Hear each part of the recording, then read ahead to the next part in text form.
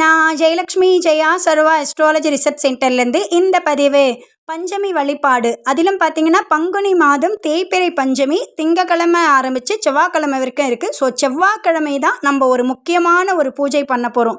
என்ன பூஜை அப்படின்னு பார்த்தீங்கன்னா, இந்த செவ்வாய்க்கிழமையில் பஞ்சமி வரும்பொழுது நமக்கு வந்துட்டு எல்லாருக்கும் இருக்கக்கூடிய ஒரு பிரச்சனை தான் ருண ரோக சத்ரு அப்படிங்கிற ஒரு பூஜையை நீங்கள் பண்ணீங்க அப்படின்னா உங்களோட எப்படிப்பட்ட கர்மாவாக இருந்தாலும் சரி அதை அழிக்கக்கூடிய சக்தி நம்ம அம்மா வாராகிக்கு இருக்குது. வாராகியோட ஒரு பெரிய ப்ளஸ்ஸே என்ன அப்படின்னு பார்த்தீங்கன்னா, அந்த கர்மாவை கழிக்கக்கூடிய தெய்வம். எந்த தசாபதி நடக்கும்போதெல்லாம் நமக்கு கர்மா வெளிப்படும் அப்படின்னு பார்த்தீங்கன்னா, யார் ஒருவருடைய ஜாதகத்தில் சனி தசையும் சனி புத்தியும் நடந்து கோச்சாரத்தில் 7.5 சனியோ இல்லை அஷ்டமத்து சனியோ நடக்குது அப்படின்னா நிச்சயமாக அவங்களுடைய கர்மா என்னவோ அதை அங்கே வெளிப்படுத்திடும். ஃபார் எக்ஸாம்பிள் பார்த்தீங்கன்னா, நிறைய குடும்பங்களில் தீராத பிரச்சனைன்னு சொல்லுவாங்க. அதாவது கணவன் மனைவிக்குள்ளே ஒரு பெரிய பிரச்சனையே இருக்காது, ஆனால் வந்துட்டு கணவன் மனைவி பிரிஞ்சிருப்பாங்க. குழந்தைகள் வந்து ஹெல்த் இஷ்யூஸாக இருக்கும், இல்லையா சொத்து பிரச்சனை, பங்காளிகளுக்குள் சண்டை மட்டும் கிடையாது, நம்மளுடைய கூட பிறந்தவங்களோடவே ஒரு மிஸ் அண்டர்ஸ்டாண்டிங். மொத்தத்தில் அந்த வீடு எப்படி இருக்கும் அப்படின்னா ஒரு போர்க்களமாக இருக்கும். கணவன் மனைவி பேசுறதில்ல, அப்பா பையன் ரிலேஷன்ஷிப் நல்லா இருக்காது, அம்மா பொண்ணுக்கு ரிலேஷன்ஷிப் நல்லா இல்லை. இந்த குடும்பத்தில் நிம்மதி என்பது முக்கியமாக தூக்கங்கிற விஷயம் இருக்காதுங்க. ஸோ அந்த பீஸ்ஃபுல்லாக தூங்கி எழுந்தேன் அப்படிங்கிற ஒரு விஷயம் இருக்காது. இத்தனைக்கு எல்லாமே இருக்கும். ஏன்னா அவங்களுடைய ஜாதகத்தில் பாக்கியஸ்தானக்கூடிய 9 நல்லா இருக்குது, பூர்வ புண்ணியம் 5 நல்லா இருக்குது அப்படின்னாலே எல்லா விஷயங்களும் இருக்கும். ஆனால் எதையுமே அனுபவிக்க முடியாது. ஒரு ஹாப்பியான லைஃப் இல்லை. மற்றவங்களுக்கு கிடைக்காத விஷயம் நமக்கு கிடைச்சிருக்கும், ஆனால் அதை நம்ம முழுசையாக அனுபவிக்க மாட்டோம். அப்படியே சிமிலராக வந்தீங்கன்னா ராகு தசை ராகு புத்தி, கேது தசை இதில் இம்பேக்டை கொடுக்காது. கர்மா வெளிப்படுத்தக்கூடியது கேது தசையாக இருக்காது. ராகு தசை ராகு புத்தி நடக்கும் பொழுது சேம் கோச்சாரத்தில் 7.5 சனியோ இல்லை உங்களுக்கு அஷ்டமத்து சனியோ நடக்குதுன்னா சேம் நான் சொன்ன அந்த சனி தசை இம்பேக்ட் எல்லாமே இந்த ராகு தசையிலே நடக்கும். இதில் எக்ஸ்ட்ரா ஒரு விஷயம், சனி தசையாவது வந்து உங்களுக்கு கர்மாவை மட்டும்தான் வெளிப்படுத்தும். இந்த ராகு தசை பார்த்தீங்கன்னா, எதிரிகள் நமக்கு எதிராக ஒரு பிளாக் மேஜிக் பண்ணுறாங்க அப்படின்னா இமிடியேட்டாக ரிசல்ட் உடனே. அதாவது அந்த பிளாக் மேஜிக் சீக்கிரம், மாந்திரிகம் ரொம்ப நல்லா வேலை செய்யும் இந்த பீரியடில். அதுவும் கோச்சாரத்தில் சனி வேறு நமக்கு பலம் இழந்திருக்கு, இல்லை சனி நமக்கு எதிராக செயல்படுது அப்படின்னா அதோட இம்பேக்ட் சில வீடுகளில் மரணத்தையே சந்திக்கக்கூடிய நிகழ்வுகள் நடந்தது. ஸோ குலதெய்வத்தோட ஆசீர்வாதம் இருந்து பூர்வ புண்ணியம் வந்து ரொம்ப நல்லா இருக்குங்கிறவங்க மட்டும் பெரிய கண்டங்களாக ஃபேஸ் பண்ணுவாங்க. அதாவது பொருள் இழப்பாக போயிட்டு இல்லை ஒரு ஹாஸ்பிட்டலில் போயிட்டு அட்மிட் ஆகி நிறைய விரைய செலவுகளை பண்ணிவிட்டு மீண்டு வந்துடுவாங்க. ஸோ இப்படிப்பட்ட தசாபுதிகள் நடக்கும் பொழுது, அதாவது கர்மா எப்போ நம்மளை அஃபெக்ட் பண்ணுமோ இந்த கர்மாவை அழிக்கக்கூடிய சக்தி வாராகிக்கு இருக்குது. என்ன பூஜை அப்படின்னு பார்த்தீங்கன்னா, இந்த செவ்வாய்க்கிழமை தான் பண்ணணும். செவ்வாய்க்கிழமை டைமிங்குமே நான் சொல்லிடுறேன். கரெக்டாக பிரம்ம முகூர்த்தம் 3 மணி, விடிய காலையில் 3 மணிக்கு ஆரம்பித்து அடுத்த சாயங்காலம் பஞ்சமி இருக்குது. ஸோ சாயங்காலம் இருக்குது. இது நீங்கள் எப்போனாலும் பண்ணலாம். முடிஞ்ச அளவுக்கு கொஞ்சம் காலையில் இந்த ஒரு 8 மணிக்குள்ளே, 3 மணிலேருந்து 8 மணிக்குள்ளே பண்ணிங்கன்னா ரொம்ப பெரிய பவர். அப்படி இல்லைன்னா செவ்வாய் ஓரை 1 மணிலேருந்து 2 மணிக்குள்ளே இந்த பூஜையை பண்ணுங்கள். அதுவும் எனக்கு தவறி போயிடுச்சு மேடம் அப்படின்னா 3 to 4 ராவு காலத்துக்குள்ளே முடிச்சிருங்க. 4:30க்கு மேலே இந்த பூஜை வேண்டாம், அதோட பலன் குறைவாக தான் இருக்கும். சரிங்களா?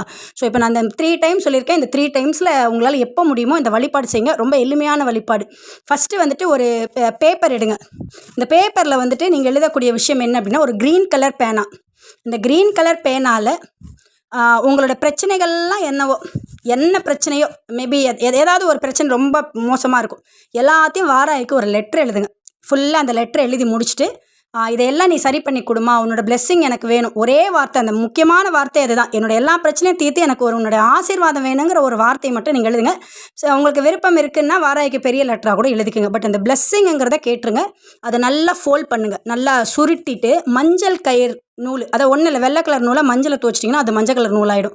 ஸோ அந்த மஞ்சள் கலர் நூலால் நல்லா சுற்றி முடிச்சு போட்டு வாராகி பாதத்தில் வைங்க. இது கூட எக்ஸ்ட்ரா என்ன பண்ணணும் அப்படின்னா, ₹1 காயினை ஒரு மஞ்சள் கலர் துணி, சேம் வெள்ளை கலர் துணியை மஞ்சள் துவச்சிட்டிங்கன்னா அது மஞ்சள் கலர் துணி ஆகிடும். அப்படி இல்லை என்கிட்ட மஞ்சள் கலர் துணியே இருக்குனாலும் மஞ்சள் கலர் துணியில் அந்த ₹1 காணிக்கையை முடிச்சு போடுங்க. போட்டு அதையும் வாராகி பாதத்தில் வைங்க. வச்சுட்டு நீங்கள் வந்து வாராகி காயத்ரியை வந்துட்டு ஒரு 32 முறை வந்து சொல்லணும். இது வந்துட்டு கர்மாவை அழிக்கக்கூடிய ஒரு பரிகாரம். இது இல்லாமல் அந்த ருணரோக சத்ரு பூஜை என்ன அப்படின்னா, எந்த பிரச்சனையாக வேணா இருக்கட்டும், அது எதிரியோ கர்மாவோ இல்லை விதியோ என்னவோ எதுவாக இருந்தாலும் சரி, நாளைக்கு எல்லாரும் பண்ண வேண்டியது. ஏன்னா வாராகி நோன்பில் நான் சொன்ன மாதிரி ஒரே ஒரு ராணி மட்டும்தான் இந்த பூஜை பண்ணாங்க. அடுத்தது இப்போ வந்துட்டு இந்த வசந்த பஞ்சமி, அது வசந்த நவராத்திரியில் நிறைய பேர் அந்த ஸ்பெஷல் பூஜை பண்ணவங்க எல்லாருமே இதை பண்ணிட்டாங்க. ஸோ மீதி இருக்கிற எல்லாரும் இதை பண்ண போகிறீங்க. என்னென்னா ஒன்றும் கிடையாது, ஒரு தயிர் சாதத்தில் சேம் நான் ஏற்கனவே சொன்ன மாதிரி தான். தயிர் சாதம் வந்து நீங்கள் காரமாகவும் செய்யலாம், கடலைப்பருப்பு அதெல்லாம் போட்டு, இல்லை இனிப்பாக வந்து திராட்சை மாதுளம்பழம் பவுடரெல்லாம் போட்டும் செய்யலாம். ஏதாவது ஒரு வெரைட்டியில் தயிர் சாதம் பண்ணுங்கள்.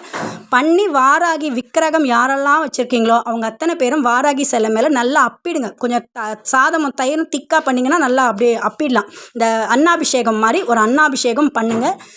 அதுதான் அந்த அன்னாபிஷேகம் பண்ணி அது ஒரு 1/2 மணி நேரம் அப்படியே இருக்கட்டும். அதுக்கப்புறம் அந்த சாப்பாடை வந்து நீங்கள் எடுத்து நீங்கள் எல்லாருமே சாப்பிட்லாம், மற்றவங்களுக்கும் கொடுக்கலாம். இந்த அன்னாபிஷேகம் பண்ணுறது மூலமாக எப்படியாப்பட்ட கர்மாவும் இருந்தாலும் சரி உங்களோட லைஃப்பில் வந்துட்டு அவ்வளோ அழகாக சார்ட் அவுட் ஆகிடும்.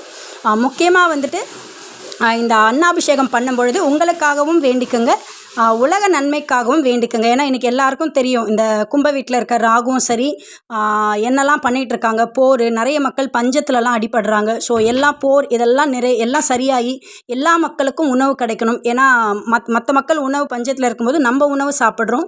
ஸோ இதுவுமே நமக்கு ஒரு வகையான கர்மாவாக இருக்கும். பட் போரை நம்மளால் நிறுத்த முடியாது. ஆனால் நீங்கள் வாராகி இந்த அன்னாபிஷேகம் பண்ணுறது மூலமாக நிச்சயமாக ஒரு அமைதி, எல்லா உலக மக்களுக்கும் ஒரு நல்லது நடக்கும். ஸோ உலக நன்மைக்காகவும் இந்த ப்ரேயரை நீங்கள் வச்சு அன்னாபிஷேகம் பண்ணுங்கள். 1/2 மணி நேரம் வாராகி கிட்ட அந்த தயிர் சாதம் இருக்கணும்.